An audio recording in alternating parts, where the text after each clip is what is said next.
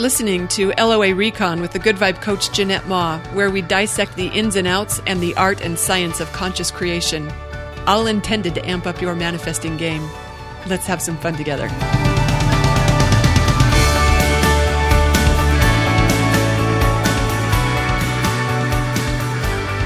Thank you for tuning in to another episode. I want to talk today about turning trickles into floods. Because sometimes fellow creators lament that they have teeny-weeny results that aren't nearly enough and they need to make them bigger. Like maybe they lost 2 pounds, but they need to lose 20. Or maybe their date expressed interest in getting together again, but what they really want is a committed, exclusive relationship with mutual declarations of love and devotion. Or what I often hear, I've got 1 or 2 paying clients, but I need 15. Or I sold 3 books, but I want to sell 3,000. Or I won $10 on the scratch off, but I want to win the lottery. So the question comes up often, how to expand the trickle into a flood? How to build on the little signs of success, turn them into huge wins. Here's how to do that. Actually, first, I want to say what not to do. When you judge your early results as not enough, you're sending a vibrational instruction to the universe to make sure you keep getting not enough. So you're going to want to stop doing that, first of all. In fact, the way to do this, it's just to love the trickle. Appreciate and celebrate what might look like small wins. Even if they're not as big as you want them to be eventually, this is how they start. They start small. We're going to love them bigger. We're going to love them into more. We're going to celebrate and appreciate them into calling all their friends. In fact, that's how you prove your alignment to the big stuff. You celebrate the small stuff. I remember I was at a blogging conference many years ago, and they had a panel. I can't remember his name, but he does business as the morning coach. And he was talking to bloggers who were frustrated that they didn't have enough readers. They had no audience whatsoever, even though they'd been blogging, writing great material. No one's reading it. He said, even if you only have 12 readers, love your 12. Look at what Jesus did with his 12. I cannot tell you how much I love that. It makes me think about how I used to. I have a coaches league. We get together every week on the phone for a live call, and we have a private Facebook group. And the entry fee for that, it's $9 a month. Pretty minuscule, right? Why even bother charging it? $9 is so teeny weeny. But when I heard myself, I would see $9. And the reason I was at 9 is because that was my inspired number. It wasn't the number, it wasn't the number I picked. It was what my higher self picked. But I know go with inspiration. And I also know don't counter that inspiration. Don't sabotage it by thinking things like, this is ridiculous. This isn't going to add up to anything. Why even bother?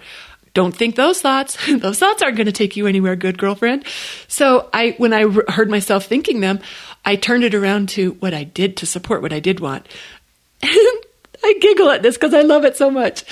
I laugh every time I say, yep, that's me getting rich, $9 at a time. That might sound ridiculous to you, but I have proof of this. Oh, years and years and years ago, I had a business coach who told me, he said, you are sitting on a fat bit. You should be doing 7 figures, no problem.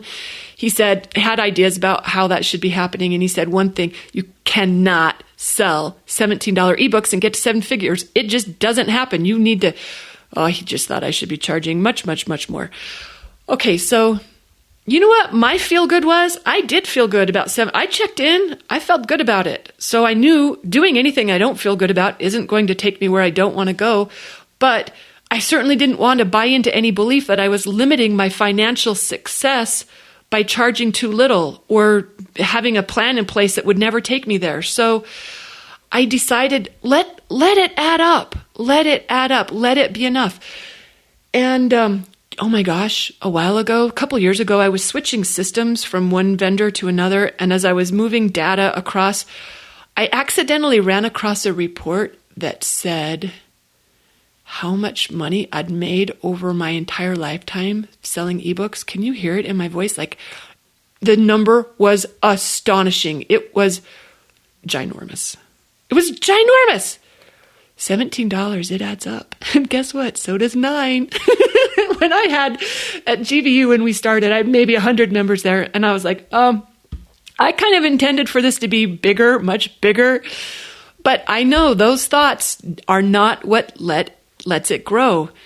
If I dismiss or if I minimize, if I just send the signal that says this isn't enough, I'm blocking any more success. So I knew to celebrate the members that were there instead of being sad about the ones that weren't. And that's how there's several hundred at GVU today, instead of me dwindling it away to nothing if I just kept focusing on, it's not enough, it should be more. I knew to love the ones who were there instead of lament the ones who weren't. And this is all a focusing trick. That's all we're talking about here. Being willing to see what is right instead of getting stuck on what doesn't feel like enough. And that might mean, for some folks in some situations, withdrawing attention from it altogether if you can't think about it in a positive way. But guess what? We're conscious creators. We have skills. We know how to see what we want. We have eyes for the gifts. And we know how to think thoughts that feel better. That's all it takes to turn trickles into floods. So let's stop judging what seems too little and get our attention on what serves us better. Whether that's seeing how this is something to celebrate, whatever we're looking at right now, finding a way to see it as a win instead of not enough, or whether it means conjuring things in our imagination that feel more worthy of celebration. One way or another, we can start seeing what's working or what we want rather than interpreting something as not big enough or whatever. That's the heart of conscious creation, isn't it? It is. And you've got this, fellow creator. You know how this works, and you're good at it. Thanks for listening, and go make us proud. Bye, everyone.